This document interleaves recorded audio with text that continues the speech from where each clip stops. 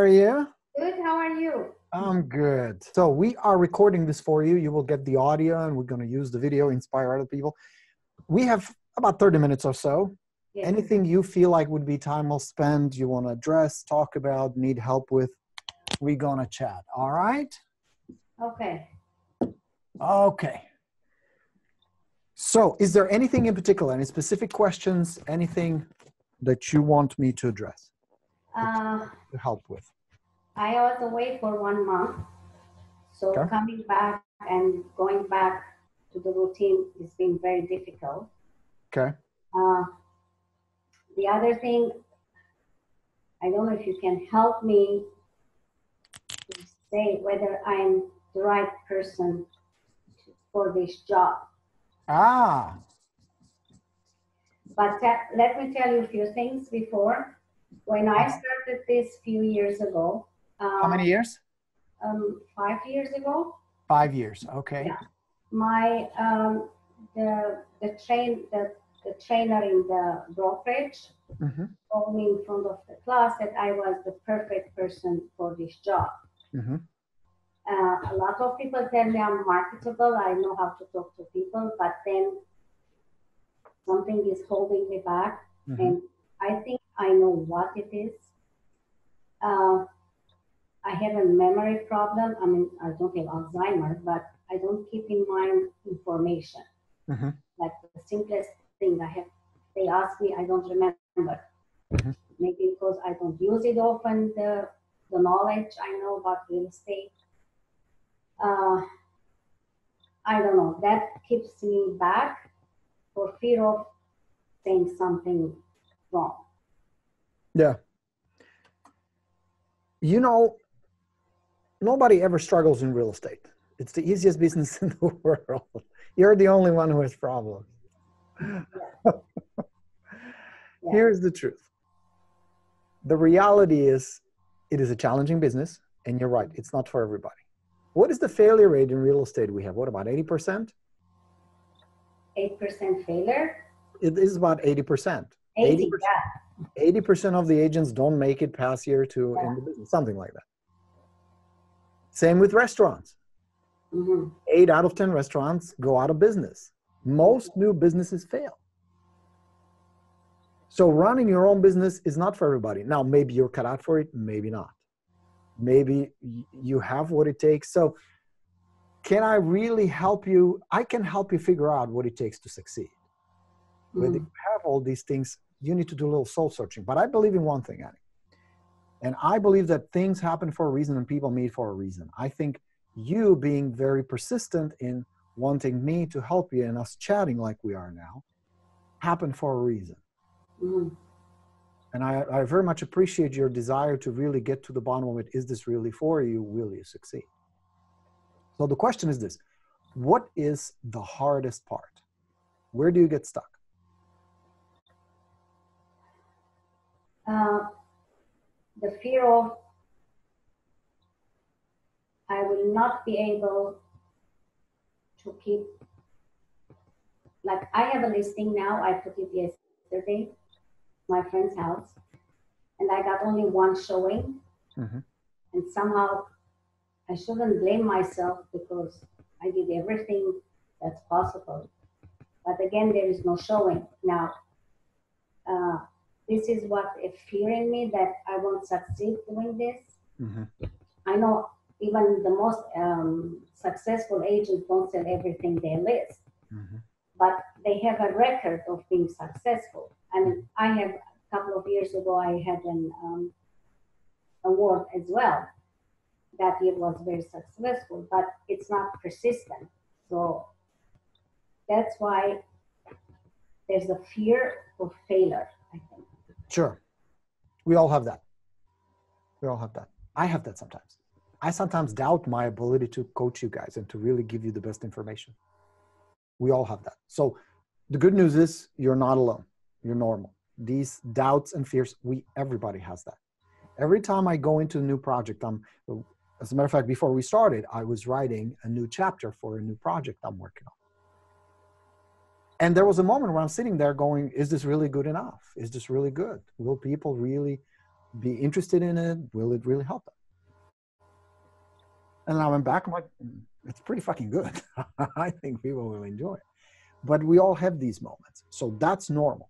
However, if those these little moments become big moments where they turn into a barrier, then you have to really dig deeper.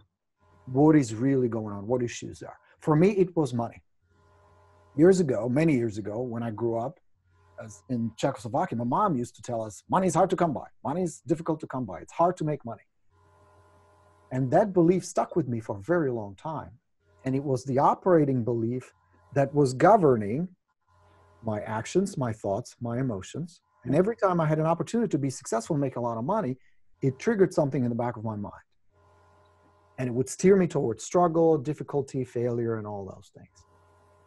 Until I finally said, enough, I don't want to struggle like this. Because here's what I can tell you. Real estate may or may not be for you.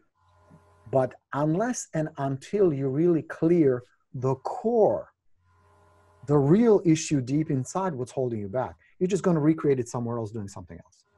Whether it's a 9-to-5 corporate job, or it is running another business, or doing something else, if you don't cure the issue will stay with you. Does that make sense? Yeah. So what I invite you to do is do a little soul searching. What is it that you really believe about money, about success, about yourself? Now, I'm not in a position to be a psychiatrist and do a deep analysis or give you the tools, but I can tell you from my personal experience, I discovered that I had very few but very powerful limiting beliefs around success and money. And you need to troubleshoot and figure out what it is. Now, it shouldn't take too long, or shouldn't be too of a, like, you don't need to sit on a couch in some psychologist's office for 2 years to sort this out. You simply ask yourself, well, what's really going on? What do I really believe? What really do I think about myself and success and wealth and prosperity and being a good real estate agent and being a successful business owner, successful woman in today's society? And if you, what helps me is I write these down. I just start writing my thoughts, and the pattern starts to emerge. So do the same. Really figure out, what do I really believe? What is really steering my focus and my expectations and my beliefs that turn into inaction or lack of action? Yeah?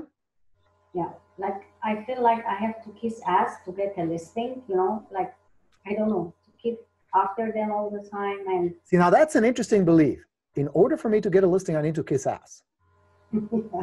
That's interesting. And thank you for being honest. I really appreciate it. But here's the truth. It's the exact opposite of what I teach you guys. That's the exact opposite. Because what I teach you is the approach of a high status, confident agent, which is the opposite of the needy kiss ass agent. Now, the reason you feel that way is because you believe that there's not enough. There's not enough money to go around. There's not enough business. There's not enough nice clients. There's not enough listings. So I must kiss ass or do other things to get listings, true or false? True. Now, I'm not judging here. I'm not beating you up. I'm not beating up on you. This is just to kind of point out some of these beliefs that limit your success and your ability to help people. Because I know deep inside, you not only want to make money, but you want to do right by your people. You want to help them. Am I right? Yeah. Yeah. So generally, I don't care if I make a lot of money. I just want to make some money. Okay. Like making 100, 150 a year is good enough for me. Good. And that's fine. Whatever inspires you, whatever number you feel like that would be a good lifestyle is fine. For some people, it's 50,000 a month. For some people, it's 50,000 a year, or anything else. It doesn't matter. It's just a number. Yeah. But I would encourage you, make that number really exciting. Because I promise you, and again, I'm just speaking from experience, to have the number that only will just kind of pay the bills, where there's not enough excitement, there's not enough juice, is not going to motivate you enough to get the job done. Because if one thing is for certain, this is not an easy business. You're going to deal with rejection. You're going to deal with people's emotions. You're competing with other agents. You got to learn a shitload of stuff, from marketing to technology to legal stuff to real estate stuff. There's a whole bunch of stuff you need to absorb and learn and be good at. Your market, pricing, all that stuff. Negotiation, communication, boatload of stuff you need to master. And to do all that and put all the hours in, especially at the beginning, to build the momentum, like you mentioned, that you're starting again after a break, unless there's something really big and exciting, is not going to inspire you and pull you. So do some work and find out what really excites you, what your life could be like under ideal circumstances where money is not an issue, because money is not an issue. There's plenty of money to go around, and we're printing more every day. There's plenty of money. There's more you can possibly handle. There's plenty of business.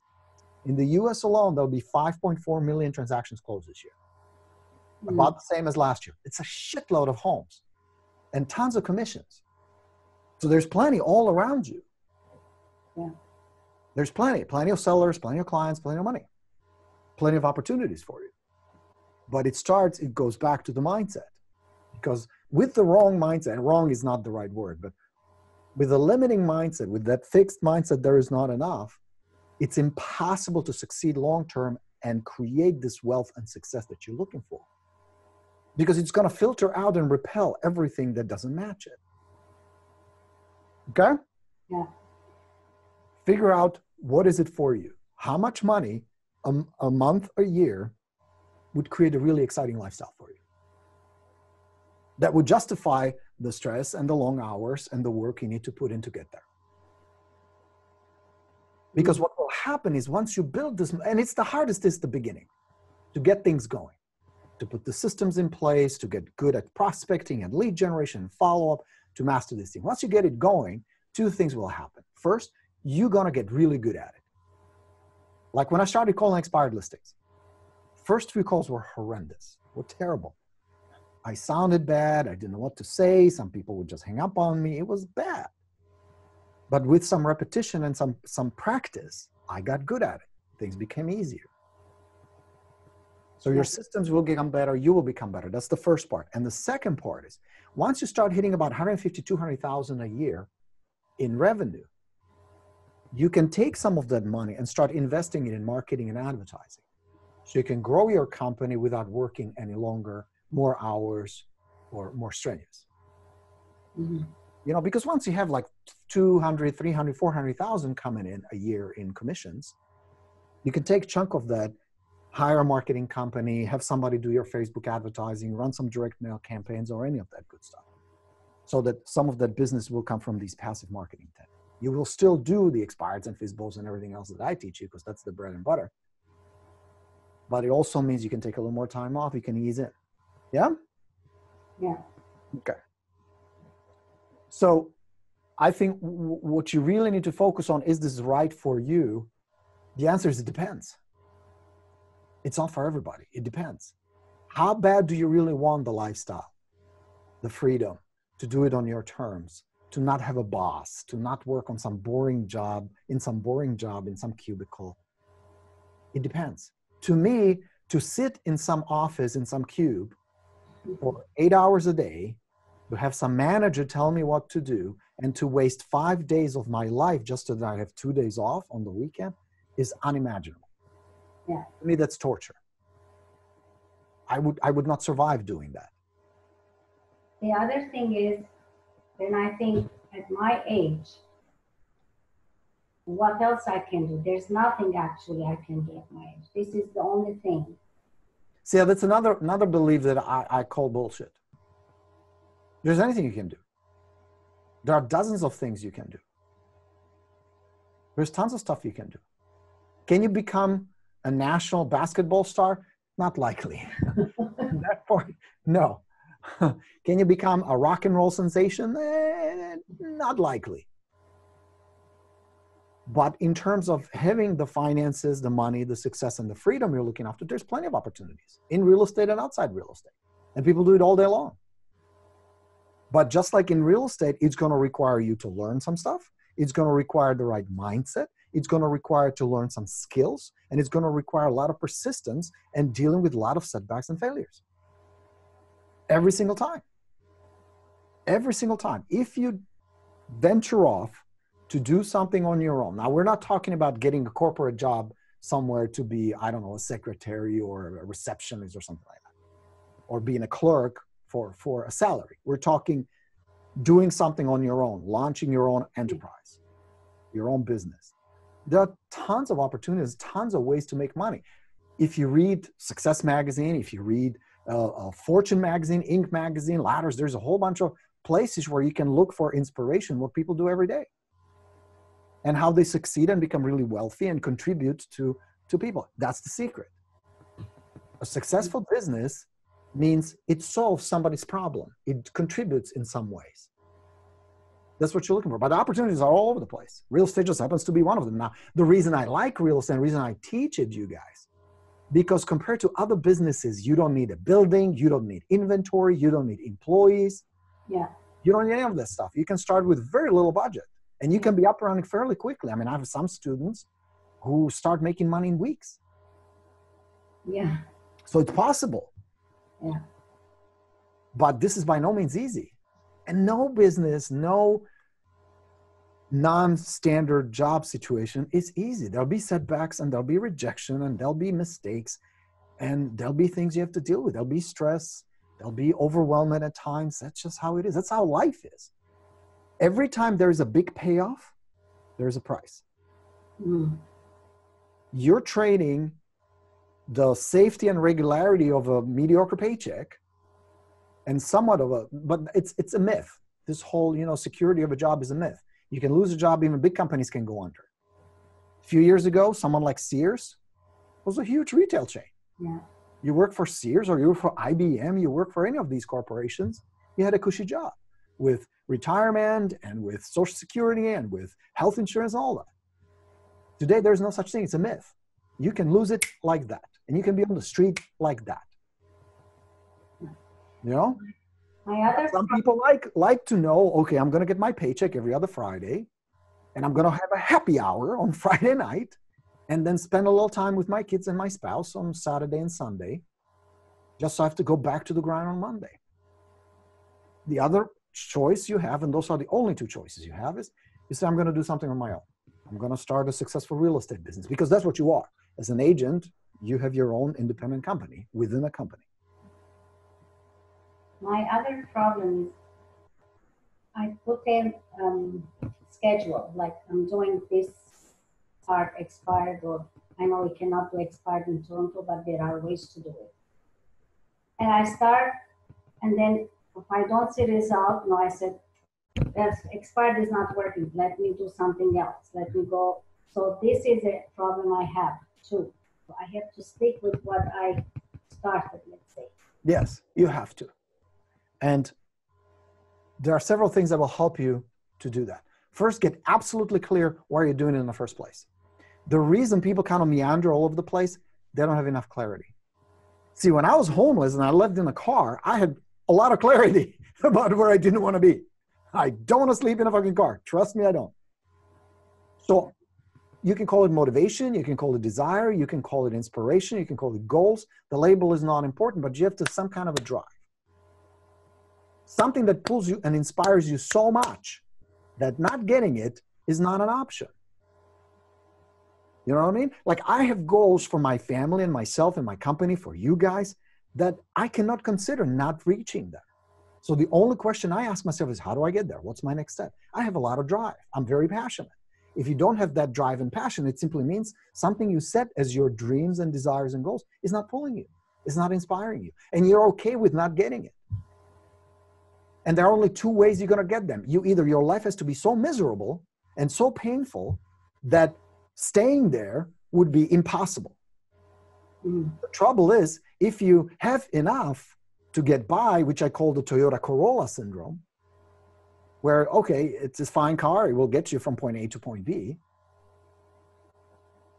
but you're not miserable enough to say no more, like I was in my situation. Yeah. Now, I don't recommend you go homeless. That's a very painful way to do that, difficult way to do that. It's a hard way to do that, but it's very effective, because you just create so much pain in your life that pain just forces you to make the move. We're calling a few expired. It's no big deal. Anything beats being homeless, for me, in my head. And you know, even to this day, if I feel like fucking around, if I'm lazy, or if I don't feel like working, which trust me, even I have those days, all I have to remember is what it was like to wake up in that old beat up Cadillac. And I never want to go back. And suddenly, doing a little bit of work, a little bit of typing or talking or whatever else I need to do, easy. Yeah, I have Audi. Now I'm trying to say, how am I going to keep this Audi? Yeah. Well, so start with this. Get very clear. Why are you doing this? What's in it for you? What's the big payoff here? It has to be a lot of money that represents a lot of freedom. Because don't kid yourself, money will buy you everything. Money buys everything. Money will buy you happiness. Money will buy you health. Money will buy you everything. And people who say money doesn't buy you everything are full of shit, and it's usually people who don't have a whole lot. Money will help other people. Money will contribute to the economy. Money will get you better looks. Money will help your children, your grandchildren. Money solves most of your problems. So my recommendation to you and everybody else is make a lot. I was broke, and now I'm doing okay. And being rich is better. And I'm not trying to be cute. But the fact is, problems still happen. Issues I still deal with. It's just I can solve a lot of them with money. Okay? So get clear. What the hell do you want? What excites you? What would it be so exciting where you're willing to get up at 4 in the morning, get out of bed, and get going? There's got to be something. And if it's not, you don't stand a chance. If you don't have something that really, really excites you, that really pumps you up, how do you plan to sustain the momentum long term? You know what I mean? Get very clear. I have a feeling there are things that would really make your life fantastic, that would really inspire you, and that will really make you happy. I just believe that through conditioning, and some of it is cultural, some of it is environment, some of it is we watch too much news and television and whatever else, we get conditioned, well, you can't have it all. Bullshit, you can. You just have to pay the price. So that's step one. Get very clear what you want. Get super clear, and it must be super exciting. I have this big picture right there on the wall. I'm looking at it right now over my desk of a house I want to build on a lake. That's one of our big dreams. We want to build this beautiful custom house. And I have this picture. It's a 3-story giant with a pool. It's awesome. And if I ever tell my kids or my wife, oh, we're not getting that. I'd rather be fucking around. I don't feel like working. They would chat. That would be impossible. We would have a rebellion in my family, you know? And for me too, it would feel like failure. That's just among many things that I want. What is it for you?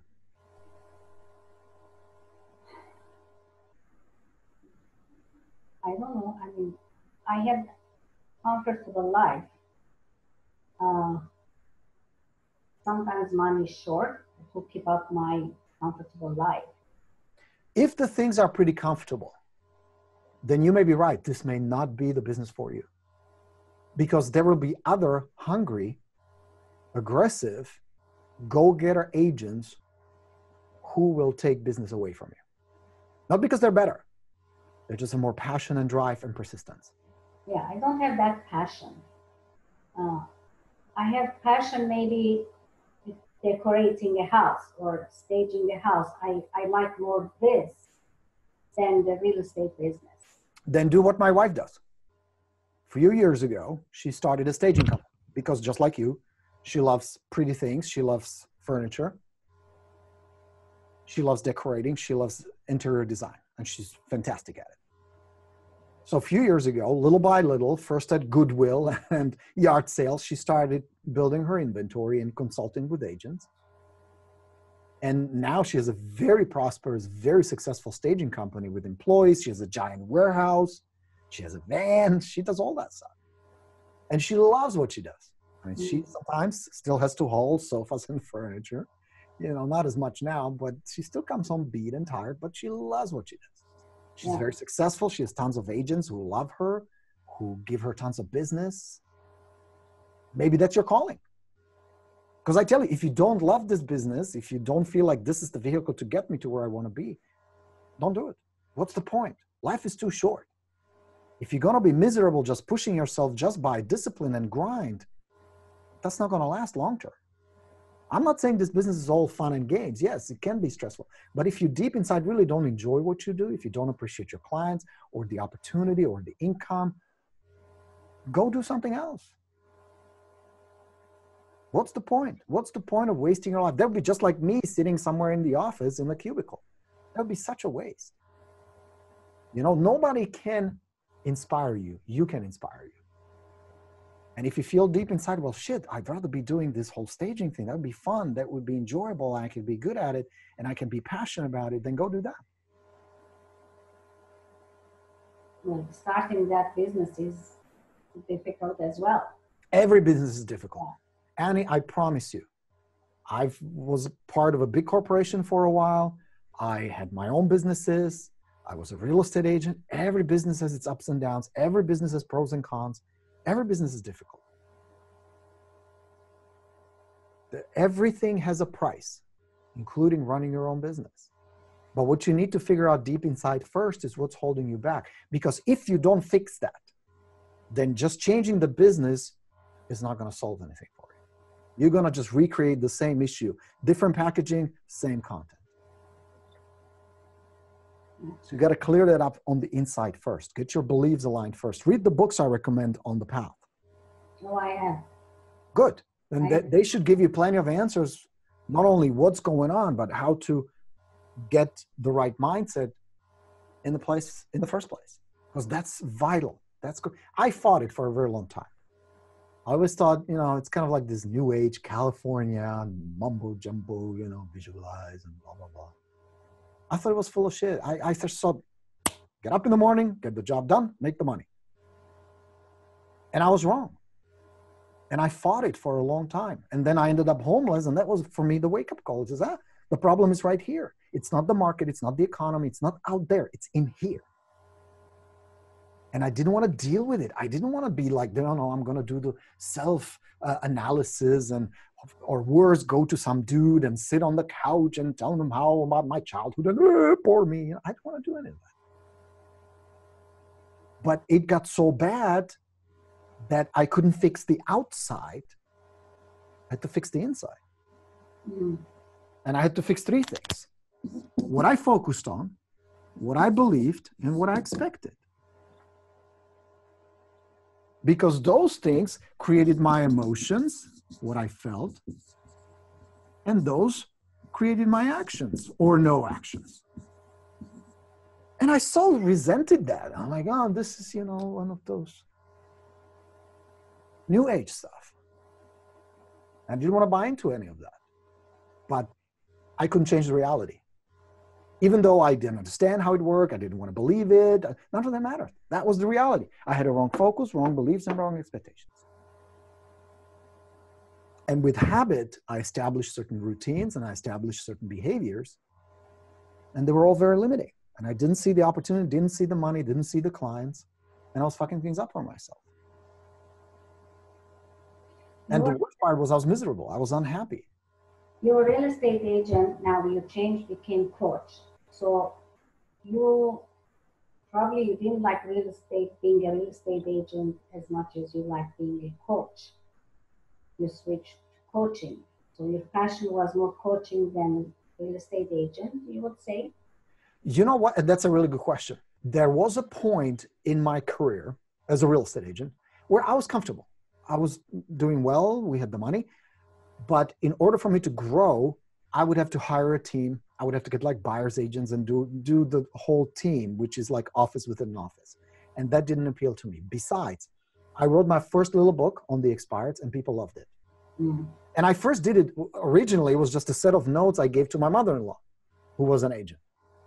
Because she came to me and said, you did these expireds. How did you do it? What do you say? How do you do it? So I'm like, you know what? Let me just write down some notes for you. See if it helps you. 4 months later, she was the agent of the year in her office. She was cleaning up, getting 4, 5, 6 listings a month following it, bought a brand new car. You know, she's like, man, you're onto something. This is really good stuff. So that's what kind of triggered me writing the Expired Plus book and teaching agents. And I became so passionate about it, watching these people succeed and help other people. I figured I could help, 40, 50, 60 people a year as clients. If I teach you guys, you can help thousands through what I know. So that became my passion.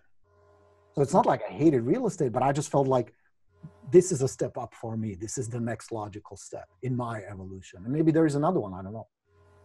But right now to watch, I had the privilege to train over 25,000 people now. It's very satisfying because through those 25,000, I can help tens of thousands of clients through what I do. And to touch your life and give you the freedom and give you the tools and answers you're looking for is very satisfying to me. I really, really enjoy that because I believe it works on a much deeper level than just help somebody sell a house, if that makes sense. Yeah. And I've seen your old videos. You are much more passionate now and more comfortable, I should say. So it needs practice, like when you started coaching. And that's really what happened in real estate too. I was very timid and shy at the beginning. And then I became confident. Same with my coaching. At the beginning, I didn't know how to coach.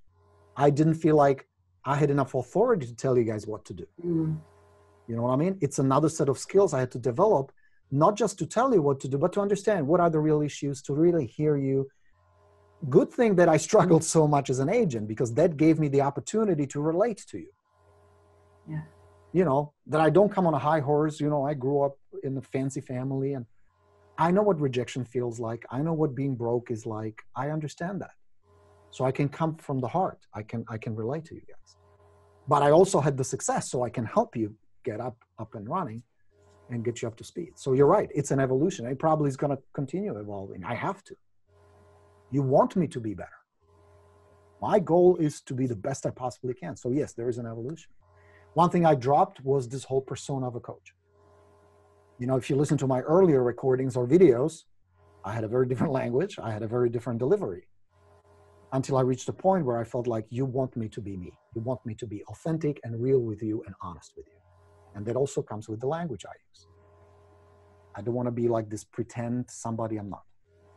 So you went coaching for your accent, or how? You don't have that heavy accent anymore. No, I never took like any coaching or classes. Nothing. Nothing. But it's another one of those things. I really suffered because of my accent. I considered a huge handicap because at the beginning I sounded like Borat. Remember the movie? Yeah. Yeah, that was me. I had a terrible accent. I sounded really funny. And I deep inside felt very handicapped by it. I didn't want to pretend not to be a foreigner. That was never my intention, but I always wanted to make sure people understand me. And because of my language, that was a barrier. And I understood that I was losing business because of that. Not because people didn't like me, but they just were annoyed that they couldn't understand exactly what I was saying. So I went to work on it. And it's just like anything else. If you put your mind to it, you will change. I didn't take a class. I just worked a lot. I would take a newspaper and just read out articles. That was one of the things I did. I had a notepad like this one. And every word I didn't know, I would write down what it meant. So I just worked on it. I recorded myself, every role play session and every phone call, the stuff I tell you guys to do. I would have recordings and I would listen. What did I do well? Where did I screw up? Why the client said no? And you can analyze that. So it's just another one of those things that I said, I'm going to fix this. I'm going to work on this. Just like you and your business. It's the same thing. It's a sequence of things that you can work on, fix. It's a set of skills. That's all it is. So your skills, for example, you say, well, I'm going to make this work, whether it's a staging business, real estate business, doesn't matter. It's the same thing. You're going to figure out, where do I get my leads? That's the core of your business. Where do I get my prospects? What do I have to do? So you're going to set up 3 or 4 funnels. That's what Hannah does with her business. I helped her develop a system to acquire customers. Then you're going to put them on a follow-up through a CRM to keep in touch. This will get you appointments. That's the second part. And then the third part you're going to figure out is, how do I get listings or stagings or whatever? That's the whole process. Acquiring leads, keeping in touch with them, building trust and connection, getting appointments and listings. That's the whole success to real estate. That's the whole thing. That's what I became good at. That's what makes my training better than anyone else's. I simplify everything. This business is so complicated if you let it be. I made it simple. I'll teach you how to get leads. Expireds, for sale by owners, referrals, open houses. That's all you got to do. You want to do more, you can, but this is what I recommend. CRM, keep in touch. You email them, you mail them, you call them, you text them, you visit them. Send them a video or anything, social media, whatever. And then a good listing presentation. When somebody says, hey, Annie, we want to sell our house, you know what to do. Again, series of steps. Pre-listing package, pre-qualification call, setting up the appointment, 30-minute listing presentation, boom, boom, boom, done. That's the whole secret. I don't have CRM, I mean, company. I think you recommend LionDesk. Yeah. Yeah, get LionDesk. That's a really good system. There are others out there. Realty Juggler, pretty good. LionDesk, Top Producer, iExact Contact. There's a whole bunch. Follow Up Boss. They're all good. They all will do what you needed to do. You have a place you're going to put your leads in. You're going to have a sequence to keep in touch with them. That's it. So you need funnels here, systems here. You have them. You have everything from me. Put your leads in a CRM, keep in touch with them. They need to know who you are. They need to know what you do. They need to know how to get in touch with you. And they need to know that they can trust you, that you know your stuff. Okay? That's the purpose here. And then you talk to somebody and say, yeah, Sandy, we're thinking about going to Florida. We're ready to talk. Perfect. Pre-listing package goes out. You run a little CMA. You ask them a few questions. Put together a presentation. 30 minutes, contract signed. Done. Rinse, repeat. And then you add another process here that's going to connect to your leads is how you work with existing and past clients to get more referrals, because every listing should be worth at least 3 commissions. So that's what? 3 commissions. Yeah. But that's, first get this in place, then you worry about that. That's the whole process. It's not that difficult. So then what do you have to do daily to get your leads, to get appointments, to get listings? That's the question. Where do you start? You start with what I teach you, low-hanging fruit. Start with the easy ones, those that already raising hand, where you know these people want to do something. You have expireds, you call them, you text them, you visit them. Expired, I can really knock on doors. Yes, well, you are in a different situation, but yes, knock on door. So your house didn't sell. What do you think happened? Where would you like to go? How soon would you like to be there? What's the main reason you want to sell?